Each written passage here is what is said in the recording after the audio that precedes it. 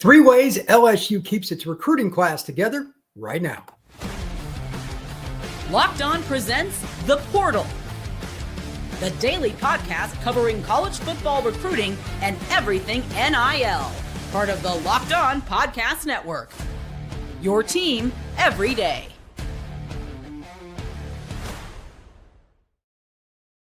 The Portal Podcast, where you get your daily recruiting, NIL, and transfer portal scoop. I'm your host, Brian Smith, longtime college football recruiting analyst. Thank you for making the Portal Podcast a part of your day each and every day right here on the Locked On Podcast Network. Today, we are brought to you by our friends at Game Time. Download the Game Time app, create an account, and use code LOCKEDONCollege for $20 off your first purchase. If you need tickets, Game Time is the place for you. We're going to be getting to my personal picks for who I think, A, LSU has a chance to hire as their head coach, and B, who's really not on the list. We're going to talk about that a little bit later, but the duration of the show up until that point is really going to cover one primary thing. How does LSU keep its recruiting class together? And I give you 3 main points to do that. This, for those that are living in Louisiana or LSU fans, both, probably won't surprise anybody, but these are mine. Number one, I think, is far and away the most important, because relationships are what make recruiting classes work or not. If Frank Wilson is not retained at LSU, good luck. I don't know if Frank is staying, if he's going, if he's retiring, if he wants to be there until he keels over. I'm not sure, but he is beloved around there. He has connections all over the Bayou State. He's currently on staff, and I can't imagine why he'd be let go. This is a guy that I think would do very well to keep the class together. There may not be a better assistant coach in college football than Coach Wilson at keeping recruits at a school in times of turmoil. LSU has had him employed multiple times, and he's always done well with it. With Brian Kelly's firing abruptly after the debacle against Texas A&M, it's safe to say that Frank Wilson, among other people, there are others that I'll get to in a second, must be retained. Coaches that he knows around the high school ranks, 7-on-7 coaches, trainers, obviously the parents and the guardians of recruits and the recruits themselves are all tied to him. If you take nothing else from this podcast, note the following: recruits pick coaches, not schools. And I know people don't want to hear that. I always say the same thing. That's just the way it is. It is not changing. If you do not have the right people on the sidelines representing insert a school, it's not going to work in recruiting. Frank Wilson at LSU makes that happen. And in connection to Coach Wilson, they need to have their back office staff not only stay, but do a good job. You have to embolden them. I don't care if you give them an incentive, whatever it is. But if they are not feeling the love from the administration, and I know LSU's going through a president change and all kinds of stuff, they got to figure that out. Because those people, much like Coach Wilson, are a pivotal part of LSU keeping their class together. They only have 16 players committed, most of which, and I'll go over them in a sec, are in-state players. But you don't think A&M, Texas, Oklahoma, Arkansas, every other school in the SEC has offered these kids. That's just part of it. Don't forget about Ohio State. Don't forget about Notre Dame, Southern Cal, Miami. All these schools around the country are going to make calls, even to some of the kids they may not have offered yet. Hey, we saw some of your senior film. We'll offer you if you have interest. LSU doesn't have a coach. You better have everybody in conjunction with Coach Wilson ready to fire off calls and recruit for the Tigers right now. This week is pivotal. It may not be stuff that you hear about publicly, and most likely you will not. But the visits that get set up to go other places for this next weekend, the visits for the weekends after that, will happen right now when LSU does not have a head coach. It is awkward, and there is no fix. It's the best scenario. So that's number one, keeping people around. Coach Wilson, to me, is number one. There are other guys on the staff, too. Don't get me wrong, but he's top of the board. Number 2 on the list. This probably isn't very friendly. It'll probably make a lot of LSU people cringe, but this is the world we live in. Yeah, I know you're about to pay a whole bunch of money, about $800K a month for however many years to Brian Kelly, plus other staff members, all kinds of stuff. Oh, and the next staff too. But you still got to spend even more money on NIL, and here's why. Some of these recruits that I just mentioned They're going to get offers from A&M. They're going to get offers from Miami. Schools that, quite honestly, have more NIL dollars than the Tigers do. Just true. But at the same time, if you don't, you're probably going to lose somebody. And you can restructure it. You can do different things. It's going to happen. Somebody's going to say, if I'm staying, I got to have more money. It's going to happen. Now, they may want them just to say, you know what, forget it. But especially with in-state kids, that's really touchy. I don't know how you handle that, but NIL is going to play into this. Guaranteed. Guaranteed. Whether or not it's, I'm not going to name any names because people are going to think that I know something. I don't know which kid it'll be. There's going to be somebody that says, if we're locking in with you, especially in this time of turmoil, y'all are paying. That's coming. 100%. And that goes on at every school. That's just the era we're in. You have to live with it and accept it. Number 3, this one's a little bit different. And I don't know how this will play out because this is the conundrum that every school like LSU must go through. With Kelly out the door and National Signing Day, the very first Wednesday in December, you have a problem. Your recruiting class is backed up against that.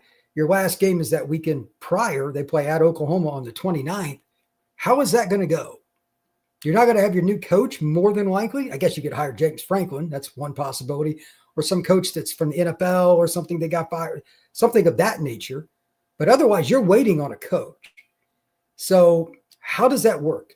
Kind of goes back to my points about Coach Wilson and some others. But overall, it's pretty awkward. But if you want to retain not just this class, you got to look long-term. The class of 27, the class of 28, 29. They've even got a quarterback already in the 27 class, Peyton Houston, out of Evangel Christian up in Shreveport. He's a stud. You want to keep those guys in the fold. Sooner is better. But at the same time, it's got to be the right guy. It is such a fine line. Whoever that head man is, he needs to come in and hit the ground running. Even if they can just tell somebody through back channels, hey, it's and fill in the blank. We can't announce it because of contractual reasons. This is who it's going to be. We're just working out the final details, crossing the T's and dotting the I's. That's helpful. Probably not a ton. I can just tell you from personal experience dealing with recruits and specifically their parents. Adults know best here. They want to see it announced on TV. No ifs, no ands, or buts, which again is impossible. So to that, I expect out of the 16 current commitments, 2 or 3 to probably end up elsewhere. That's just the way it is. I don't know which ones it'll be, but here's the general barometer. And again, this is not an LSU thing. This is across college football. It'll be more likely kids that are not from Louisiana. Those kids are more likely to be tied to the Bayou Bengals. That state has as much loyalty as about any in the country. So with that, here are a few of the kids in general, like people want to know about, like Lamar Brown. I'm sure A&M in Miami are going to call him. Why wouldn't they? Texas will call him. Why wouldn't they? He's the stud D-line/O-line from University Lab, which connected to LSU's campus. I think he'll stick with him, but is it 100% certain, especially with the way A&M just kicked LSU's butt in their stadium? Not likely that he wouldn't at least take the call, but we'll see. Trenton Henderson, he's right down the road, Pensacola, Florida. It's not that far away. It's only about 4 hours, but he's a recruit that everybody in the country wanted anyway, and he's a pass rusher, out-of-state kid. Maybe he's one of those guys that you need to get back on campus. We'll see how that goes. Richard Anderson from Edna Carr, he's, in my opinion, the best defensive tackle in the country. I think he's a guy that will end up sticking with LSU. He's a fan. His second choice, ironically, he told me this spring, was Florida. Well, they fired their coach too. I like the chances of the Tigers keeping him. Bryson Martinez, the offensive lineman, I don't know him, but he's a kid that lives just south of Baton Rouge. You're probably okay. Havon Finney, this is where it gets interesting. National level recruit at corner, big long kid from Sierra Canyon in Chatsworth, California. That's going to be more difficult. You don't think USC is going to make a phone call? Or probably already has. Of course they are. You don't think that other schools from California, out west, Arizona State, Utah, everybody else, hey, come take a visit? Oregon? Absolutely. That's one of the most likely, I would say. You could even put him at the top of the board because he's an LA kid. Might be the most likely flight risk. It will depend on with him which coach and coaches are retained and retained quickly. We'll get back to that in a minute. But Jabari Mack, Destrehan kid just outside of New Orleans, I imagine he'll stick with the Bayou Bengals. Aiden Hall, New Orleans kid, Edna Carr, great guy. Probably stick with LSU. An interesting one is Deuce Gerald's. He's got ties to Ole Miss. His dad played there, but his family's from Baton Rouge, but he lives just outside Atlanta. That's a really interesting one. Ohio State, Oregon, Ole Miss. There's some possibilities here. I don't know where he will go, but Deuce is committed as well. That's as good a interior D-line class as I've ever seen, by the way. Deuce is a very, very good pass rusher. Dylan Purter, he's a kid out of Booker T, Washington. He's only about 15 minutes from Auburn, Alabama.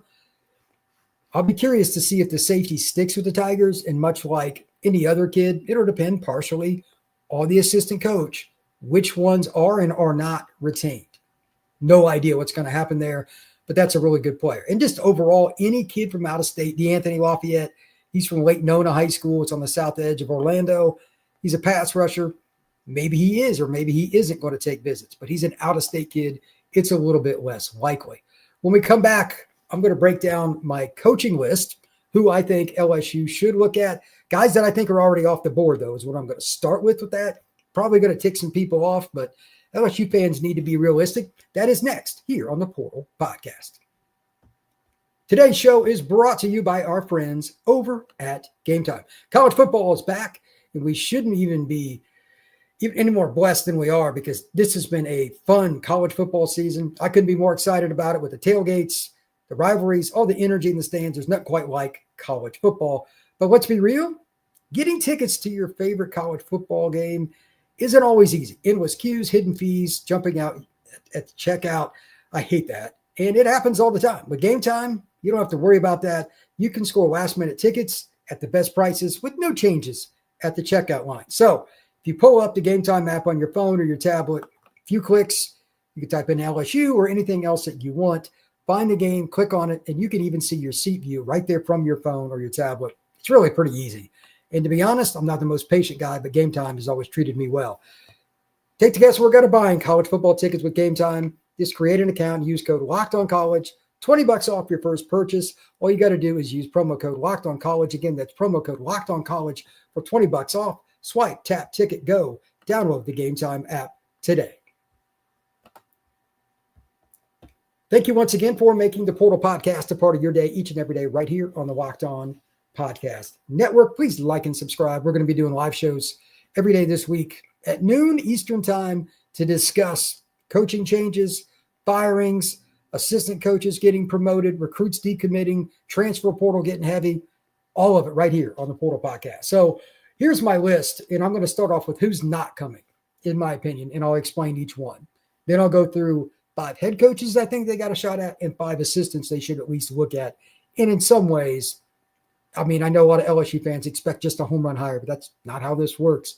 You have to do all of your due diligence. So Marcus Freeman, he's already turned LSU down as defense coordinator when Kelly came, ironically. I don't think he's going to come. He's a Midwest guy. You got to call him. And all these guys you should call, but I don't think it's going to happen. Lane Kiffin, his wife and him broke up. They divorced. She's back in the picture, and she's a Florida grad. Ironic? Yes. But what other job is open in the Southeastern Oh, that's right, Florida. I'll be shocked if he really looks at LSU, and I get it, you got to call him. 100%. I don't think he will end up being a major option. Just my opinion. Eli Drinkwitz. I heard that he wasn't all that interested in the Florida job, at least initially. If he's not there, I doubt he's trying to leave. He's just happy at Missouri. Maybe that's the case, maybe not. But I don't think he will be a very realistic option. Again, call him. You have nothing to lose. And then Rhett Lashley. I've said this on every pod that I've been on. He's a guy not enough people are talking about. Absolutely call him. Could you imagine what somebody with his passing game acumen would do with the receivers that LSU gets? Absolutely. But SMU has, ironically, as deeper, if not deeper pockets than LSU. Oil money. If I'm wrong, so be it. I think it would be really exciting if Lashley headed down to the Bayou, but I think he's going to stay. Florida should look at him when Florida State fires Norvell, and they will. They should look at, everybody should, but I think he's going to stay. Now, here's my list in descending order for who I think LSU should look at and why. Number 5, Matt Campbell. If you're going to consistently bring in coaches that are just good coaches, and not worry about culture, Matt Campbell kind of fits the bill. Had the chance to cover him about 6 years ago. Really good guy. I was at a press conference that I got sent to. He's about as honest and humble as it gets, I think, for a guy that's from the Midwest. And for those that don't know, he's an Ohio guy. Briefly played at Pitt, then went to Mountain Union, coached there, and made his way up the ladder. He is an elite, personable guy. In other words, he can adjust. And Louisiana is the most unique state in the country in terms of personality, especially Southern Louisiana. Not a lot of people are going to fit in there. Matt would find a way to make it work. Can he recruit at an elite level would be my question. And before anybody asks, I have no idea. Iowa State is not in on the same kids that LSU is. They're not. But he can coach football, and his defensive staff with far, far fewer players with the same physical tools, they do a pretty good job considering. If you give him LSU's talent and they were able to bring that staff with them, not only would the recruits in 26 want to stay, but it would be easy in 27, 28, 29. Big question there again. Can he recruit / which members of his staff would come? All those things. I don't know, but he's a darn good football coach. Kenny Dillingham. I don't think this one's very realistic, but he has voiced his concerns. I just want to put him on the list here with how his alma mater, yes, he is an Arizona State grad, how he's able to deal with that because they don't have the same NIL that a lot of other schools in the Big 12 or anybody else out west do. USC in particular. Oregon, nah. They struggle with it. Will he ever get tired of ASU? Possibly. I don't think he's going to be a serious candidate, but you have to call him. And because he made that comment, he makes my top 5. Dillingham's young. He's energetic. He's looking at anything he can to score points. He'd be fun with all, again, just like with Lashley, a lot of fun with the talent there. Could you imagine? It would be really exciting. Number 3, and it's the same principle. And again, it's an alma mater situation, but you have to call Jeff Brom. I think he's a guy that is going to get a call from every school in the country. He is, once again, at his alma mater where he played quarterback. And on top of that, he's a guy that's had success. You just can't get the same players out of the high school ranks at Louisville that you do at LSU over and over and over again. You might get 2 or 3, but the top end kids, no. And the quantity also, again, no. And you get to do it in your backyard if you're the head coach of the Bayou Bengals. Will Brom end up taking another job at some point? Possibly. I still think the most likely for him is the National Football League in 4 or 5 years. But until then, every single job that comes open, because he's such a good quarterback coach, imagine what he would do at LSU. It would be really intriguing. Number 2, this one I put an asterisk by. This one's going to be a little more explanatory. Brent Key from Georgia Tech. If Buster Faulkner comes with it. If you're not familiar, that is the offense coordinator. He's coached, obviously, at Georgia Tech. He was also under Kirby at Georgia. Tremendous offensive coordinator that can use a really good passing quarterback, a running quarterback, somebody semi-mobile. He can use whatever he has. He adjusts to his talent. Now, Brent is a very much old school, just want to run the football guy. He needs the right coordinator, in my opinion, for it to work, especially at a school like LSU. But if you give LSU, what's their biggest weakness right now? Offensive line, ironically, a really good O-line coach, a coordinator that's creative, we know they're going to have skill talent. That wouldn't be very difficult. Here's the problem, just like it is on most of these guys. He is at his alma mater. Good luck. I don't see that being a good thing for LSU, but eventually they're going to have to probably clear one of these hurdles. We'll see. And then number 1 for me, it is one that may or may not surprise some, and it definitely ticked off a friend of mine that works for the Locked On Podcast Network. When I mentioned it to him, that would be Spencer McLaughlin of Locked On Ducks and Locked On College Football, and that would be Dan Lanning. He's been at Alabama. He's been at Georgia. He knows what it looks like. He recruits the South. He's a national recruiter. He's a very good defensive mind. Why would you not go after him? He has a chance to come home to at least a region that he's familiar with in coaching. He's from Missouri originally, but this would be a pretty nice halfway spot. Like Bama's not coming open anytime soon. Georgia's not coming open anytime soon. I would assume one of those is his top 2 picks if he ever left Oregon. I get it. But this is probably the only other chance he would have. For me, the first call I would make in terms of where I would want to be with him, younger coach, great recruiter, all that, would be Dan Lanning. That's just my opinion. Now let's go down to the assistant coaches. Tim Banks. He's at Tennessee, defense coordinator. He's been really good for a long time. I don't know why more people don't talk about him. They had the number one run defense in the country last year. In the SEC, that is hard to do. He should be on the list. Speaking in the Southeastern Conference, Glenn Schumann, the defense coordinator at Georgia. He's a guy that I probably could put higher on this list, but I'm guessing defensive coaches won't be as coveted. So I put those two towards the bottom. Schumann is the right-hand man for none other than Kirby Smart. That kind of speaks for itself. Will Stein, offensive coordinator at Oregon. Really good with the screen game, short passing game, and getting quarterbacks to be consistently accurate and on time. That never goes out of style. He's young. He's been a few places. This is a really good coach. He's got Texas ties. It'd be a great fit for LSU. Shannon Dawson, speaking of fit, he's the Miami OC. He was with those teams in the early 2010s at West Virginia that just lit it up. He went to Houston, lit it up. He's been at Miami, had a lot of success, but he's from Louisiana. Dawson's a good guy. I had a chance to meet him a couple of summers ago. I think he would do very well at LSU. Again, he understands quarterbacks. He understands throwing around. Wouldn't be a problem. And then my number one assistant would be Buster Faulkner, who I talked about in regards to Brent Key. If he came by himself, I wouldn't hate that either.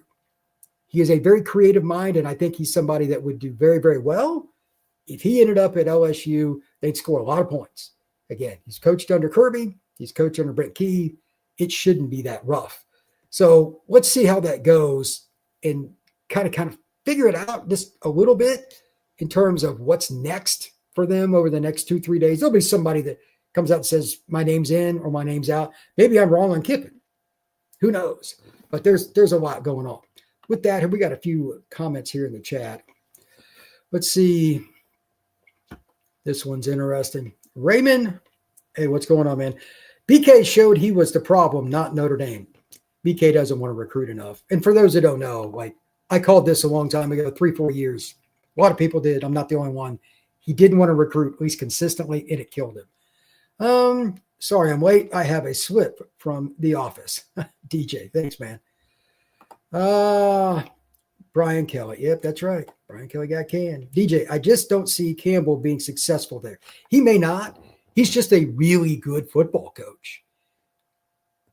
I don't know how it worked for Nick Saban. He's a guy from West Virginia and played football in Ohio as a player at Kent State.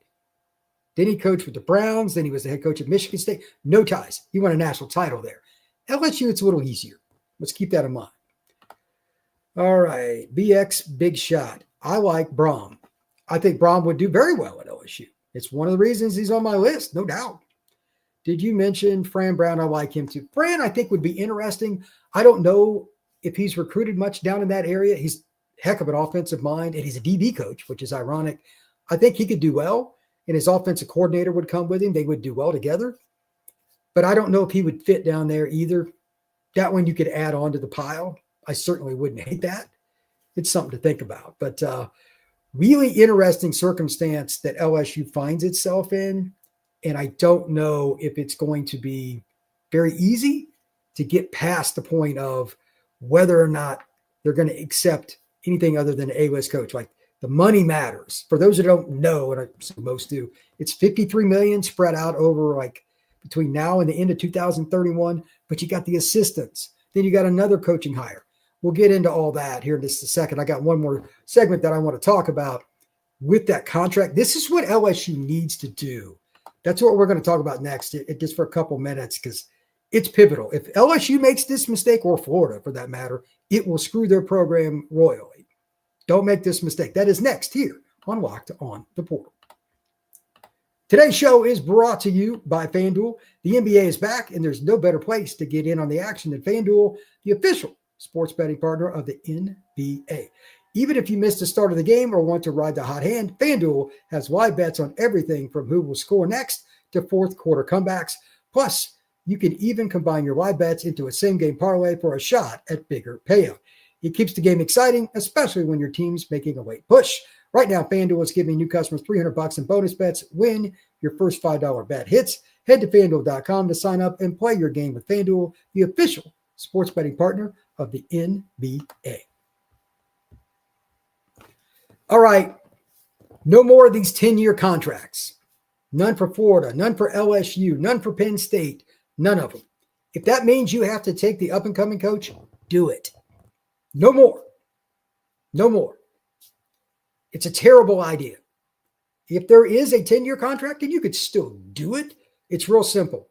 If we deem, and we get 100% leniency on this, which agents probably won't like, so be it, see you later, then we want to fire the coach, he gets 10% of what's left at any point left in that contract in the negotiation. I am steadfast on this. These schools have to stop going down and just bowing to these agents and to these coaches. Take the up-and-comer. Call it collusion, call it whatever you want. I'm sure these agents talk about it too, but you just have to tell them, no, we're not doing the 10-year contract. We're not doing 7. We're doing 5 or less. If you don't like it, hit the road. This is LSU. This is Florida. This is Penn State. This is Oklahoma State. This is Oregon State. This is Colorado State. I don't care what level it is. No more of this stuff over 5-year contract. If you do, it's on you. Because even the so-called home run hires, Brian Kelly. How did that work out at LSU? He's fired in the middle of year 3 or year 4. How about out at Southern Cal? He was the other guy that was rumored to be going to LSU.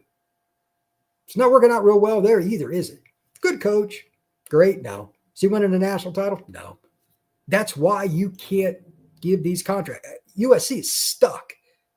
Their contract was over $100 million. Stupid. You cannot give these contracts out.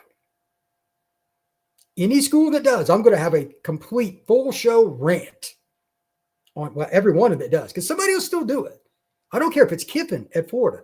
You cannot give 10-year contracts. Things change. There can be no more guarantees. Go away from that. Hire somebody who wants to be at your school, who loves the school, like a Brent Key, and work it up piece by piece. The boosters don't like it. Too bad, see you. We're not going to be put on the hook. And LSU right now is on the hook. $53 million. Florida State's about to go through it. Penn State's going through it. You cannot sign these contracts. Stupid. I don't know which one will do it. We could have a bet on it, but there'll be somebody. There'll be somebody dumb enough to do it. DJ, so do you think who will grab a G5 coach? This is a great question. I wish I'd have thought of this one. So you don't think they will grab a G5? No, I don't. LSU could. And from just reading the LSU boards, it's an arrogance thing, like Sumrall is at Tulane. He's a very good coach. He's got ties to Alabama, Louisiana, etc. He would probably do very well there, but you don't know, and it's an arrogance thing. Be careful about how much you puff out your chest. Plus, he's a lot more likely to do what I just said and not need the 10-year deal. Hire him for 5, 6, be done.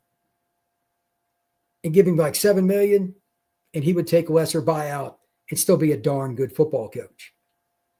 LSU doesn't need what some other people do. They don't need the reincarnation of Don Coryell, John Madden, or anybody else that's been an elite coach that's in some kind of Hall of Fame in college, pro, or both. They don't. They're going to have more talent than most people. Get somebody that wants to be there, that knows the area, can recruit, and if you bring in a national guy, so be it. He can keep Frank Wilson, etc. It's not that hard. So I wouldn't have a problem with it, but I got a feeling a lot of LSU people would. DJ, I agree, Brian. Stop the 10-year contract. Absolutely. It's so dumb. It's so dumb. DJ, remember when 5-year was the normal? Yeah, it used to be 20, 25 years ago. Once you might sign a 7. Once it got to 5 and it was getting ready to go down to 4, they would re-up them for another year. And just every year was just 5. That's what they need to go back to. Again, you're going to have to eat it. And it's going to have to be a few schools. They're going to have to tell all these coaches, screw you, man. We're going to do one thing. 5, 6-year deal. That's it. And the buyout has to be on our terms. You don't like it? We're not taking it. End of negotiation. Even if it's the guy you really want, don't do it.